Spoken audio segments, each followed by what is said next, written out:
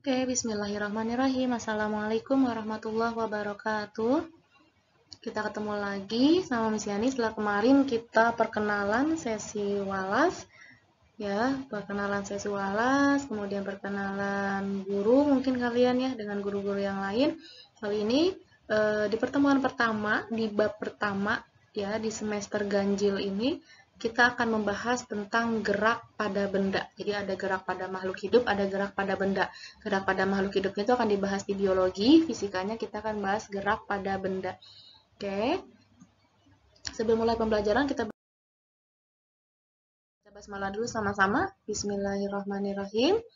Oke. Gerak, kita langsung aja masuk ke materi. Gerak apa sih gerak itu? Gerak merupakan sebuahnya jadi double nih misalnya tipe. Gerak merupakan sebuah perubahan kedudukan. Jadi perubahan kedudukan, perubahan posisi suatu benda terhadap suatu titik acuan yang diam. Ya, jadi intinya benda itu dikatakan bergerak itu ketika apa? Ketika bendanya posisinya berubah, kedudukannya berubah dari posisi semula. Posisi semulanya itu yang diam, ya itu dijadikan sebagai atau disebut sebagai titik acuan ya, atau misalnya kamu dari posisi duduk kemudian ke posisi berdiri, berarti kamu dibilang bergerak ya. Atau misalnya kamu tadinya diam, ya diam, kemudian kamu berjalan sejauh 5 meter. Nah, titik ketika kamu diam itu disebut sebagai titik acuan. Nah, ketika kamu berjalan sejauh 5 meter itu disebutnya kamu sedang melakukan gerak. Kenapa? Karena posisi kamu atau kedudukan kamu berubah dari posisi awalnya atau dari titik acuan. Oke. Apa sih titik acuan? Titik acuan itu adalah titik awal benda tersebut berada. Ya, tadi misalnya udah bilang titik awal ya, mula-mula benda tersebut berada. Kalau tadi diam atau duduk, maka itu titik acuannya. Atau titik tempat pengamat itu berada. Ya, jadi titik acuan intinya dia sebagai patokan ya, atau ya, acuan itu kan patokan ya. Berikutnya kita lanjut. Nah, gerak ini banyak jenisnya ya, dibagi-bagi. Yang pertama kita bahas gerak menurut keadaan benda. Berdasarkan keadaannya, geraknya ada yang disebut gerak sebenarnya. Apa sih gerak sebenarnya itu? Gerak sebenarnya adalah gerak benda yang benar-benar terjadi. Geraknya benar-benar kejadi gitu, benar-benar kelihatan benda itu bergerak. Apa contohnya? Lihat animasinya yang ada di atas ini, yang ada di atas tulisan, ada di gambar di slide kamu, di video kamu.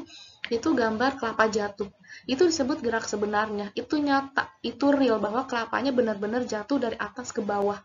Itu disebut sebagai gerak sebenarnya ya. Gerak sebenarnya misalnya diulangin adalah gerak yang gerak benda yang benar-benar terjadi, ditinjau dari titik acuan yang diam. Apa titik acuan yang diam? Ya pohon kelapanya. Pohon kelapanya kan diam, nggak pindah. Yang pindah siapa? Buah kelapanya. Buah kelapanya tadinya ada di atas, dia jatuh, pindah ke bawah. Berarti ada perubahan posisi dari atas ke bawah. Nah, itu berarti disebut bahwa kelapanya bergerak. Geraknya disebut gerak sebenarnya karena nyata, real, kelihatan ya. Contohnya tadi ya, ini adalah kelapa jatuh dari pohon menuju tanah. Kemudian yang kedua ada gerak semu. Nah, ini kamu udah belajar di kelas 7. Masih ingat tentang tata surya? Ada gerak semu harian matahari, ada gerak semu tahunan matahari. Nah, gerak semu adalah gerak yang tidak nyata. Sebenarnya nggak gitu geraknya. Nah, itu bahasa kitanya gitu. Nggak gitu konsep geraknya. Nah, itu namanya gerak semu. Ya, semu nggak sebenarnya kan, kalau nyata itu berarti gerak yang sebenarnya, berarti benar-benar terjadi. Kalau semu berarti tidak nyata. Maksudnya tidak nyata apa? Berarti maksudnya tuh gini, tuh geraknya tuh nggak kayak gitu maksudnya. Nah gitu ya, kurang lebih bahasa kitanya kayak gitu. Jadi gerak tidak nyata, gerak yang dihasilkan karena gerakan pengamat. Contohnya apa? Matahari terbit dan matahari terbenam. Ya, matahari terbit dan matahari terbenam kita sudah bahas di kelas 7 di bab tata surya. Ya, matahari terlihat seolah-olah, ya, ada kalimatnya ya, seolah-olah terbit dari timur, tenggelam di barat. Kenapa? Ya karena buminya berotasi dari barat ke timur. Kalau buminya berotasi dari timur ke barat, maka posisi terbit dan tenggelamnya juga akan berubah. Jadi gerak semu itu tergantung dari keadaan atau gerakan si pengamatnya. Selain gerak semu harian, matahari terbit dan matahari terbenam, ada juga gerak semu tahunan. Apa gerak semu tahunan? Kita udah belajar kemarin yang 4 musim ya, yang 4 musim kemarin, yang di bab tata surya juga yang tentang kita belajar tentang 4 musim. Oke, ya jadi tadi gerak menurut keadaannya itu ada gerak sebenarnya dan ada gerak semu. Kita lanjut ya. Bisa dianggap udah paham? Kita lanjut tentang tadi gerak berdasarkan keadaannya. Sekarang gerak berdasarkan lintasannya. Berdasarkan lintasannya, gerak itu dibagi ada 3. Ada apa aja? Yang pertama ada gerak lurus. Nah, dari kalimatnya aja gerak lurus. Berarti lintasannya berbentuk garis lurus. Ya, karena namanya gerak lurus. Berarti gerakan benda yang lintasannya bentuknya lurus. Jadi lintasannya lurus nih, lempeng, nggak belok-belok. Ya, ihdinas siratal mustaqim. Ya, jalanannya lurus, nggak belok-belok, nggak melenceng-melenceng ya. Ya, ghairil maghdubi alaihim waladhdallin, tidak ke kanan, tidak ke kiri, jadi lurus, lempeng. Nah, ada 2 jenis pada gerak lurusnya ini. Jadi gerak lurusnya ini sendiri dibagi jadi 2. Ada gerak lurus yang beraturan, ada gerak lurus berubah beraturan. Ya, misalnya diulangin. Geraknya, tadi gerak lurusnya itu dibagi ada 2. Ada gerak lurus beraturan, disingkat GLB. Ada gerak lurus berubah beraturan, disingkat GLBB. Lebih detailnya kita akan bahas di pertemuan ketiga nanti ya, tentang GLB dan GLBB. Sekarang pertemuan ini kamu cukup tahu pembagian gerak-geraknya dulu ya. Jadi gerak lurus dibagi jadi 2, ada GLB dan ada GLBB. Yang kedua ada apa lagi sih selain gerak lurus? Ada gerak melingkar. Dari namanya aja udah ketahuan, gerak melingkar. Berarti lintasannya berbentuk lingkaran, betul, melingkar. Misalnya apa? Contohnya adalah pergerakan pada jarum jam. Nah, tuh lihat tuh animasi yang di pojok kiri atas. Nah, itu adalah contoh dari gerak melingkar ya. Jadi perputaran pada jarum jam. Next, yang ketiga ada gerak parabola. Nah, namanya juga parabola. Lihat parabola di rumah kamu. Parabola itu bentuknya setengah lingkaran, betul. Bentuknya setengah lingkaran. Berarti kalau gerak parabola, berarti gerak yang lintasannya berbentuk setengah lingkaran. Atau di sini kalimatnya lingkaran tidak penuh, cuman setengah lingkarannya. Contohnya apa? Contohnya gerakan bola yang ditendang saat tendangan bebas, ya. Dan membentuk sudut kemiringan tertentu. Contohnya itu nih, ketika ada pemain bola melakukan tendangan bebas, lihat video animasi yang ada di pojok kanan. Nah, itu adalah contoh dari gerak parabola ya. Atau misalnya kamu melempar bola basket ke ring basket, itu juga contoh gerak parabola. Oke, kita lanjut ya.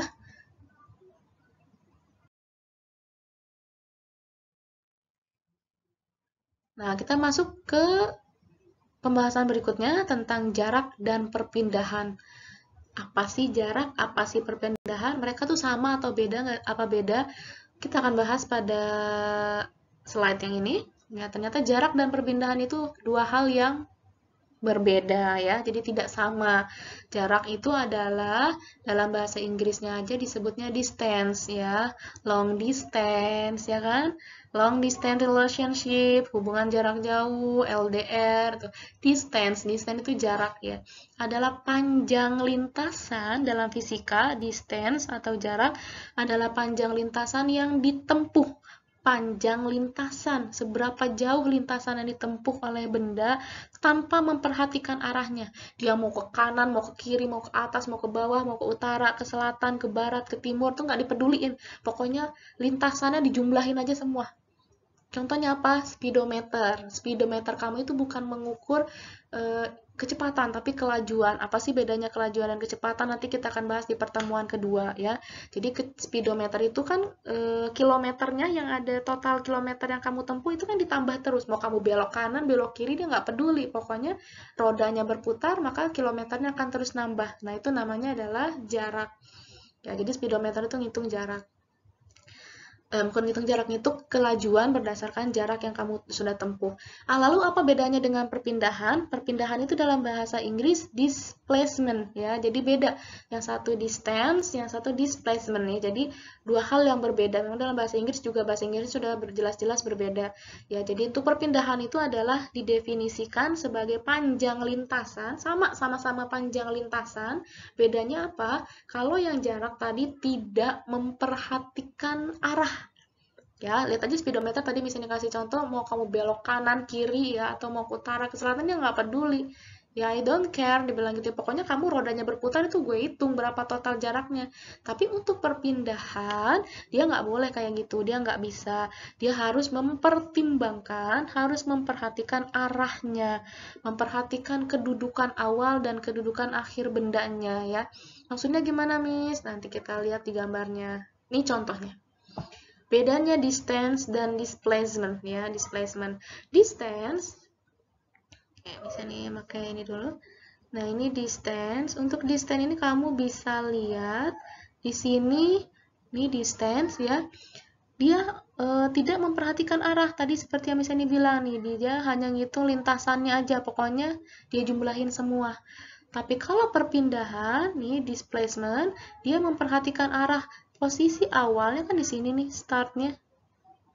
Nah, ini posisi akhirnya di sini, finish.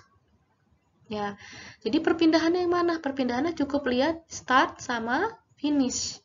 Lintasannya tidak tidak dilihat sama dia. Pokoknya dia hanya selisih antara posisi awal dan posisi akhir. Itu adalah perpindahan. Lintasannya yang mana atau jaraknya yang mana? Jaraknya ini nih, tadi yang dia belok kanan, belok kiri, belok kanan lagi, belok kiri lagi, itu namanya distance atau jarak. Tapi perpindahannya adalah yang ini, posisi akhir dan posisi awalnya. Kalau kamu masih belum paham, di sini ada gambarnya untuk membedakan jarak dan perpindahan. Di sini dia ada sebuah benda berjalan dari A ke B, lalu jalan lagi dari B ke C. Maka jaraknya yang mana? Jaraknya adalah A, ya, A ke B, jarak A ke B ditambah jarak B ke C.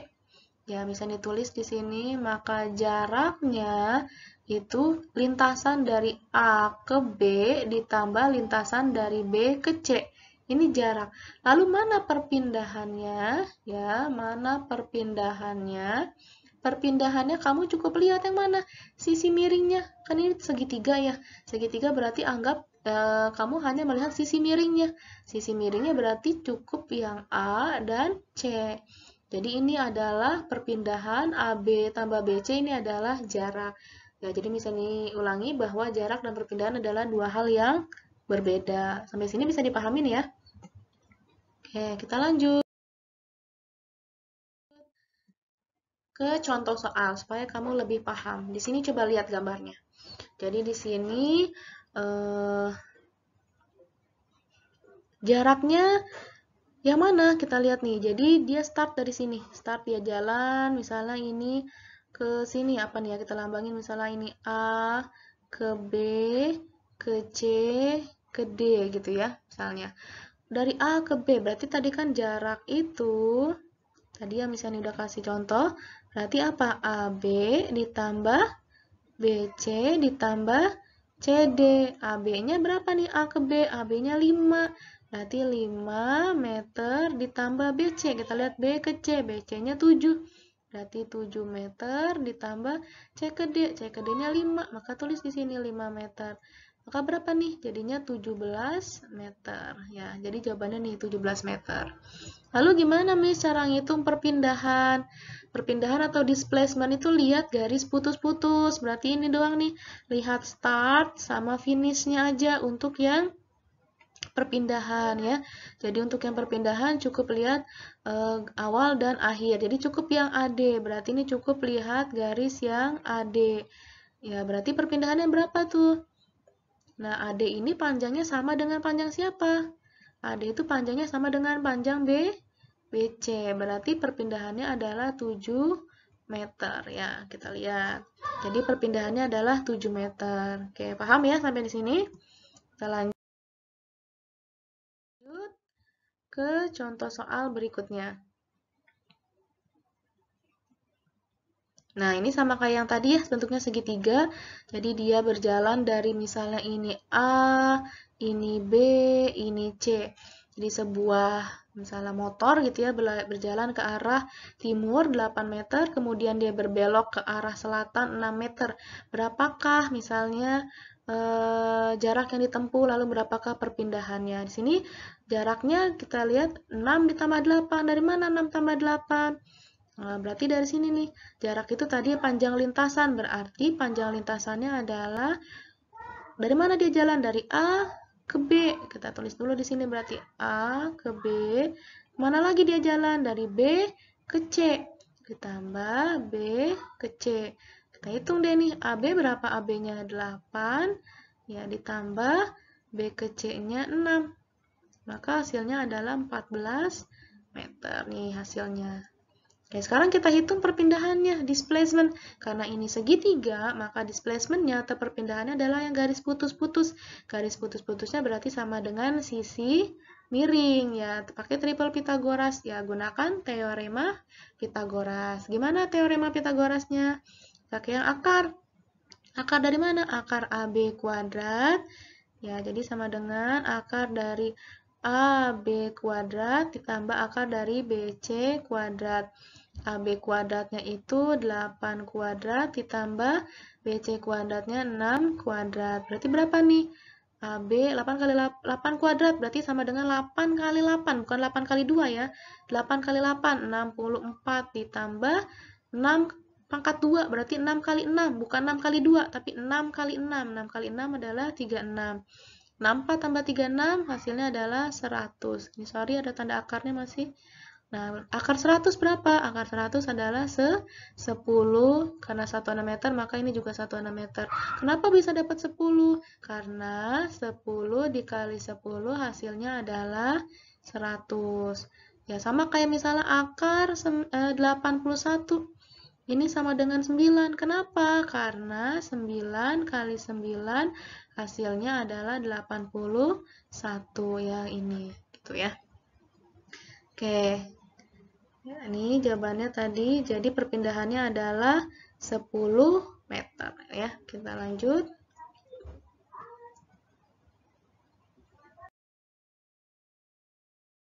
Oke. Tadi misalnya sudah jelaskan tentang menghitung jarak, menghitung perpindahan. Sekarang kita masuk ke assignment atau tugas. Tugasnya bisa dibedain ya, seperti biasa, nggak heran, nggak aneh lagi. Untuk yang absen ganjil, ini soal nomor satunya ya. Pada suatu hari, George berlari mengelilingi lapangan sepak bola. Ya, lapangan sepak bola di Kampung Rekoh. Ya, panjang lapangan tersebut adalah 100 meter, kemudian lebarnya 50 meter. George berlari dari titik A, berhenti di titik D. Jadi dia lari dari A ke B. George ini berarti George-nya lari dari A nih ke B, kemudian ke C, ke D ya. Jadi dari A ke D nih dia bilang dari A ke D. Melewati titik BC. Jadi A, B, C, D. Tentukan jaraknya dan tentukan perpindahannya yang ditempuh oleh George. Ya, gampang banget ini ya. Oke, kita lanjut untuk soal yang kedua. Seekor semut. Nah, seekor semut dia bergerak ke arah timur. Bergerak ke arah timur, nih ke sini, sejauh 4 meter. Kemudian dia bergerak atau berbelok ke arah utara sejauh 3 meter. Tentukan berapa jaraknya, berapa perpindahannya ya. Itu tadi sudah dijelasin nih di contoh soalnya. Tinggal ikutin caranya. Nah, ini tugas untuk yang absen genap. Untuk yang absen genap,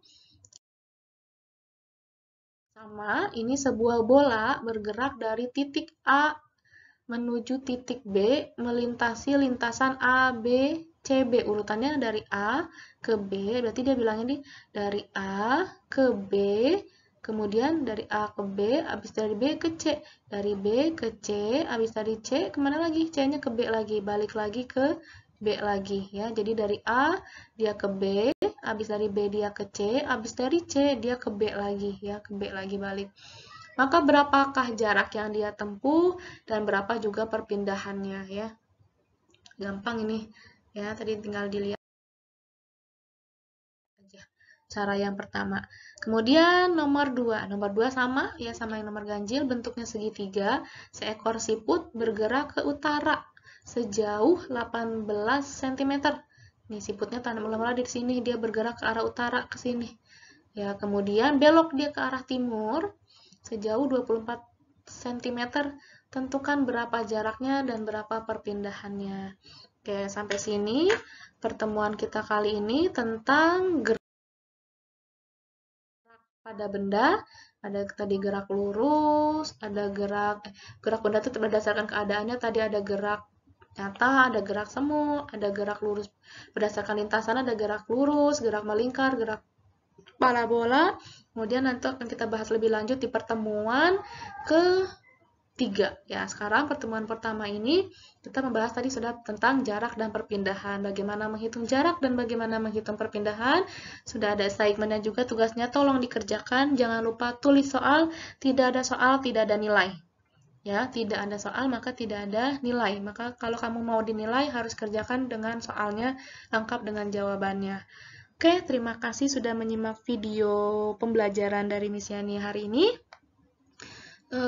Kita tutup pembelajarannya dengan membaca hamdalah. Alhamdulillahirabbil alamin. Subhanakallahumma wa bihamdika asyhadu alla ilaha illa anta astaghfiruka wa atubu ilaik. Syukron, jazakumullah khairan katsiran. Assalamualaikum warahmatullahi wabarakatuh.